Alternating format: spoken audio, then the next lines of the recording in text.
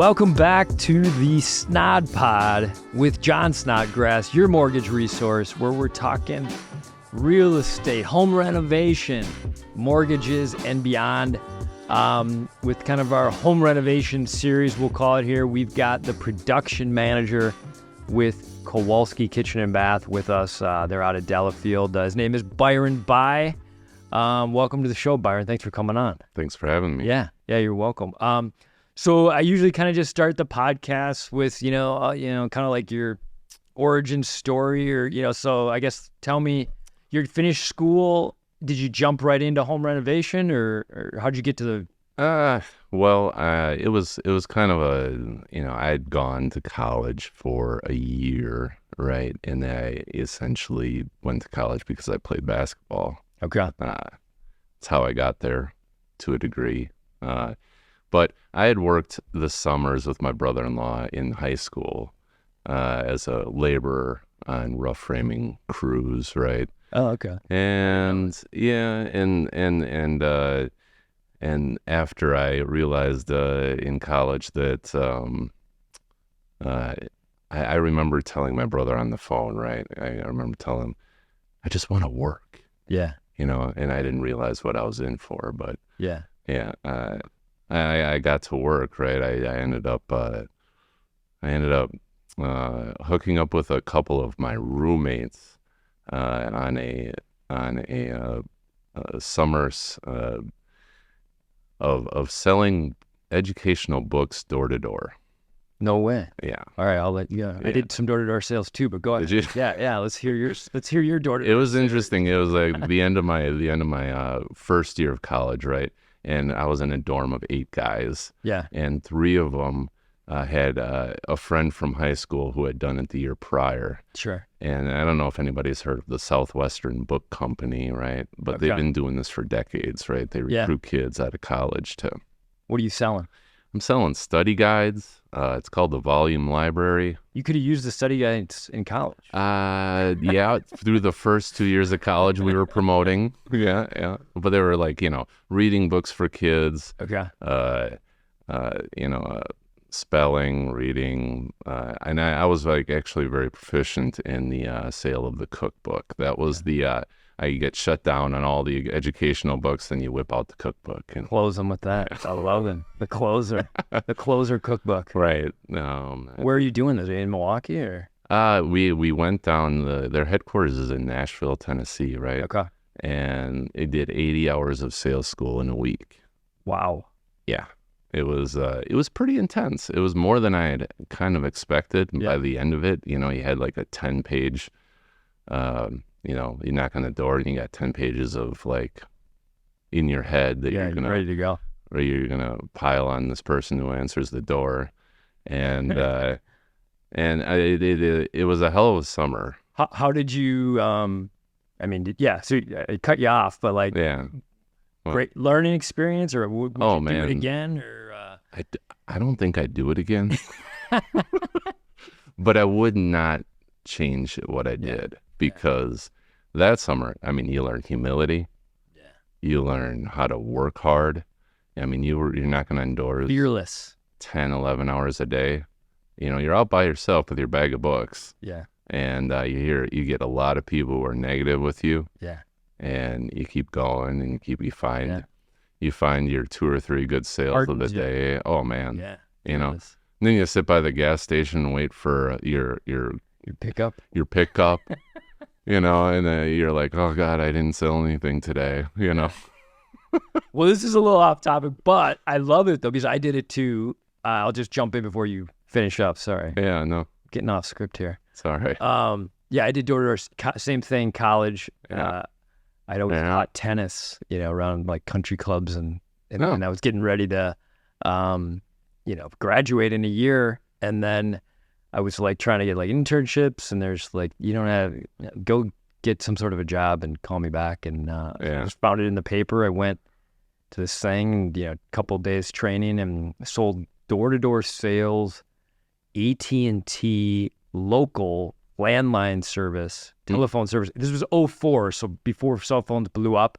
And at the time, So like, you know, if you remember, like everything was like Wisconsin Bell, Michigan Bell. Yeah. So apparently that was AT&T, and they had a monopoly, and the government said, yeah, you guys can't do that anymore. It's to, you know, create competition. And they had like a ban of X amount of years.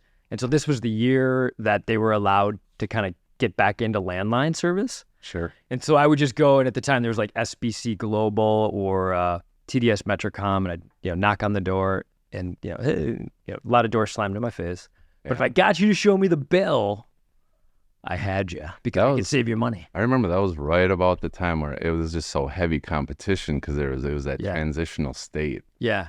Well, and then by the time I ended, like something happened, like AT&T gobbled up SBC Global, and then they wanted me to sell like satellites when I got back in school. Anyways, opened up doors. It got me some interviews, and then that's basically how I got in the mortgage business. I'm just like, wow, you did that?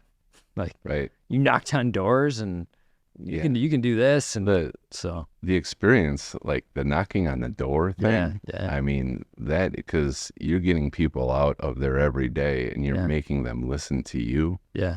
And you're trying to do that in a way that they're okay with it. Yeah. I mean, it's invaluable experience in having to deal with someone who doesn't actually want to deal with you. No, question for you. First, I'll make a statement. So, like, anytime I get a door-to-door sales guy or girl, I listen.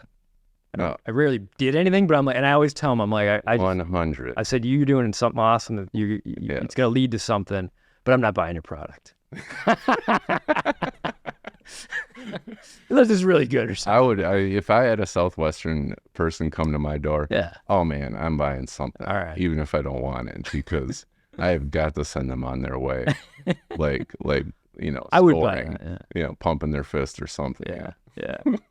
All right, let's get back on track. I didn't see this coming. So you end the door-to-door sales. Yes. Well, what happens? You get into the... So, like the summer's ending. Yeah. Right. And I'm like, geez, I don't really have a plan, because I had decided that I don't think I wasn't ready for college, and I wanted to work. I wanted to make money, right? So my sister lived down in Texas with her husband, who I had worked with during the summers in Wisconsin. Sure. And she's like, you should come down here. You know, they were living on South Padre Island. Sounds like a pretty good place to go. I mean, I'm 20 years Early old. 20s, yeah. I'm like, yeah, I could work. I could do some construction down there for a while. Yeah. So I got on his crew, and I kind of owe a lot to my brother-in-law for that, because he always had a job for me. He dealt with my 20-year-old attitude once in a while, and but we did hard work. We did. I was working 50 hours a week, and we were doing these crazy, interesting projects down in the Port Isabel, South Padre Island area.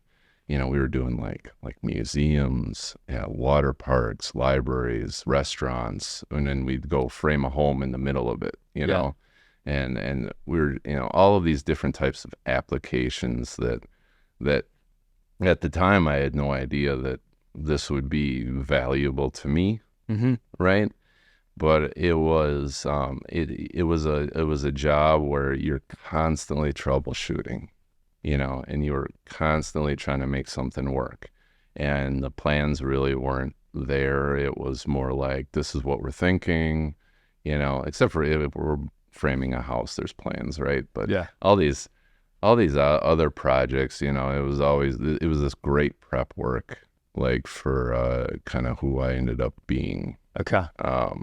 It was a great, like, if you could call it like a college course in construction. Yeah. Like college course. So then you leave, you come back to Wisconsin at some point. Are you joining Kowalske Kitchen and Bath right away, or how's it work? No, I ended up, I went back to Wisconsin because I actually missed the seasons, when it's hot every day. Yeah. I wanted some rain. I wanted some, so fall, the spring. Yeah. So missed Wisconsin, came back right around 9/11. And I got a job with a master carpenter who did kitchens and basements. And I spent about a year with him and learned a ton with him because I was his only guy. Yeah. Right. And then all of a sudden he got bought out by a company called Affordable Bath and Kitchen, which is now known as AB&K, right? Okay. And we both went to work for AB&K, and we were a very small, like, tub surround business. When I started, I was one of 2 or 3 of the first employees, right? And then we grew into 2 showrooms and more of a high-end remodeling business over the course of 10 years. Okay. And it was the growth was rapid and great, right? This is like 99 to 2008. Yeah. And then, 2000 to 2010. Okay. Right. And then, the bottom fell out of the market. Yeah. In 2008, to the owner's credit of AB&K, he kept us for as long as he could. After a while, he wanted to turn us all into subcontractors. Yeah. Right. And at that point, me and 2 or 3 of the other guys who had been there a while, we all just formed our own businesses. Got it. And I spent about 4 years running my own business. Okay. And it was so much work. I was really just doing it all. Yeah. Felt like I was fairly successful doing it. But I got into the point where, I had 2 little kids. I had 3 kids total, a wife, and Matt from Kowalske Kitchen Bath had been kind of talking to me for about 6 months. Yeah. Like, hey, you should come work for us, and over the course of 6 months, we ended up kind of agreeing that it was a good thing, and they were right time, right place for me. I was right time, right place for them. Okay. It was kind of mutually agreed that this was a good fit, and everything else was right. So that was maybe 8 years ago. I've been with them for about 8 years. Got it. And so now you're running the production manager. Yep. Got it. So you're there now. So I guess to just jump into the renovation process. So because I talked to Matt, and so Christina, we'll be talking to Christina soon. Yeah. So it sounds like we get the ball rolling, we design it, sign the paperwork, pick a date, and then hand it off to you. And you get things going with a demo day. And then what are you doing at this point when you're taking over as essentially the customer? Yeah, I mean, once the job is signed and it's sent to the production department, we carefully place it in the queue, right? Usually the customer knows their start date, the way we have it worked out, within 2 weeks after the signing of the contract. That usually works out pretty well. And we have a system of benchmarks that we go through, whether it be 12 weeks or 24 weeks until the start date. We're just making sure that everything's ordered on time. Everything's there. We're ready to go full throttle day one, you know? Yeah. And I have a team in the office, a production crew. Okay. And we've got our once we hit the start date, the best thing about us, I mean, what I think kind of like sets us apart to a degree, I mean, we have really great designers, right?